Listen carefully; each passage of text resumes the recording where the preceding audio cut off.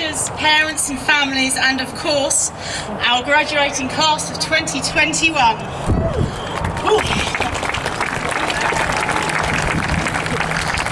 So it felt really good to say that out loud. Thank you all so much for joining us on this beautiful sunny day to wish our Year 12s all the best as they step into their future. Now, before I go any further, I have someone to thank for putting in all the hard work when you were in your lower school years. I got in touch with Miss Carmody to let her know that we were nearly at the end and gave her an update on how you were travelling. She was really shocked at how quickly that 2.5 years has gone since she was here, and she asked me to share this with you. Since leaving Baldivis, I've often thought about you all and how you were going. It was an absolute pleasure to be your year coordinator, and I couldn't be prouder of such an amazing group of students. I wish you all the best for your future endeavours. I also have a special thank you to make to two students, Alyssa Dordretch and Elliot Christensen, for putting in a good word for me with Miss Baker when she was the head of science and getting me a job in the science department when I was their relief teacher in Year 9. One thing led to another, and here we are today, so thank you both ever so much for that opportunity.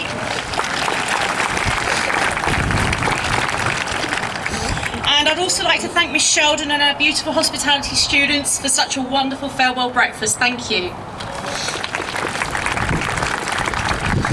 Now, with this being our very last assembly, it's only right that I share a few pearls of wisdom to carry you through your first few months of freedom, and maybe even beyond that. And maybe some of these pearls of wisdom will resonate with all of our students here today.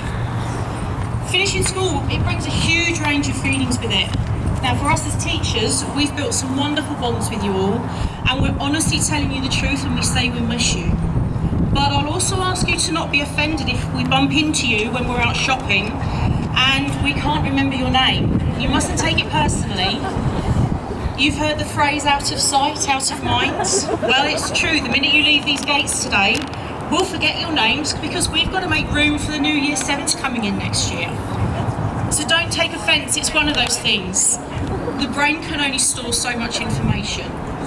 But what we will remember, we'll remember your faces because we have the photographic evidence. We'll remember the camps and the carnivals. We'll remember the thousands of dollars you raised for charity and the coffees our hospitality students made us. We'll remember that it was our year group that gave us the blue tree. But sadly, we may not remember that Jake Farmer was behind this. Sorry, Jake. As your last day of school comes to an end, some of you will be excited and full of adventurous plans to take on the world with. And some of you, you'll be filled with a little bit of dread of what feels like a very daunting experience. But you are all young and bright, and you have your whole futures ahead of you. If I could write a book on the things I wish I'd known when I left school, like how to do my taxes and deal with insurance companies, the boring but necessary reality of becoming an adult, over the years, one thing that I have come to realise is that very few people know what they really want to do before they leave school, and even fewer stick to their first plan. So, before the bell rings for the final time, my Year 12s, I want you to consider these. Number one, make your own decisions. Block your ears, parents, my apologies. Once you leave these gates for the last time, don't put pressure on yourself to make a decision straight away. You've got some time. Take that time to think and to plan and have some fun, but not too much fun. Don't jump into the first opportunity if it's not right for you. The right opportunity will come along. Now, having said that, I was very heavily influenced by my peers and what direction they were taking. I hadn't planned on heading to university because no one in my family had ever been before. I actually wanted to be a police officer. I think I would have been a really good police officer. But I'm also glad I followed the crowd because this luckily led me to teaching. Maybe you'll get lucky like I did, but I would always advise that you at least try to make your own choices in life. You're turning the page to start a new chapter, an exciting story that you're in charge of writing. So make sure you enjoy this period before the reality of everyday life and paying bills happens. Number two, be on time. I've always held on to the philosophy that it's better to be 1 hour early than 1 minute late. It will get you noticed and appreciated. And the only thing more precious than time is who we choose to spend that time with. Look at the people you've sat next to today. These are the people that you've chosen to spend the last few minutes of school with. Number 3, never give up. If there was one piece of advice I could give my 18-year-old self, it would be to not be scared of rejection. It mustn't rule you. Life is full of rejections, whether they're personal, educational, professional.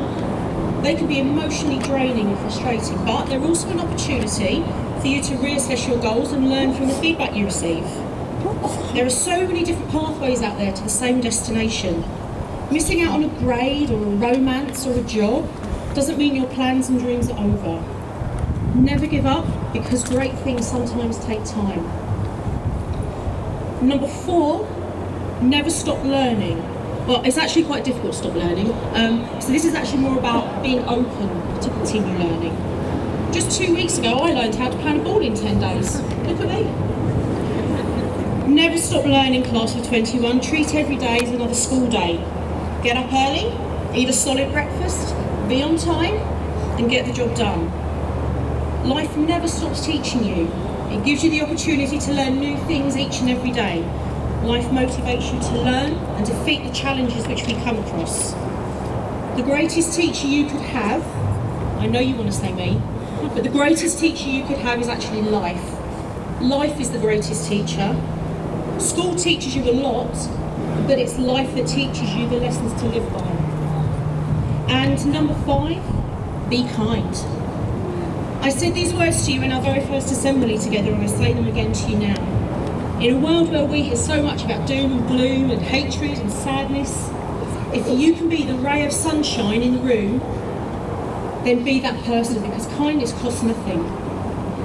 And if you can remember to dance as if no one is watching, sing as if no one is listening, and live each day as if it were your last, then you'll be onto something pretty good. And so to finish, best of luck to our ATAR students in their upcoming exams. As I've said to you before, you've got this. Please all do stay in touch. You know I love to keep up with the gossip. We will see each other one last time in your graduation ceremony in December. It has truly been an absolute honour to have been your year coordinator. It's one of the best jobs you can have in teaching, and having a year group like you has made it even better. When you leave us today, don't look back, just keep heading towards your very bright futures.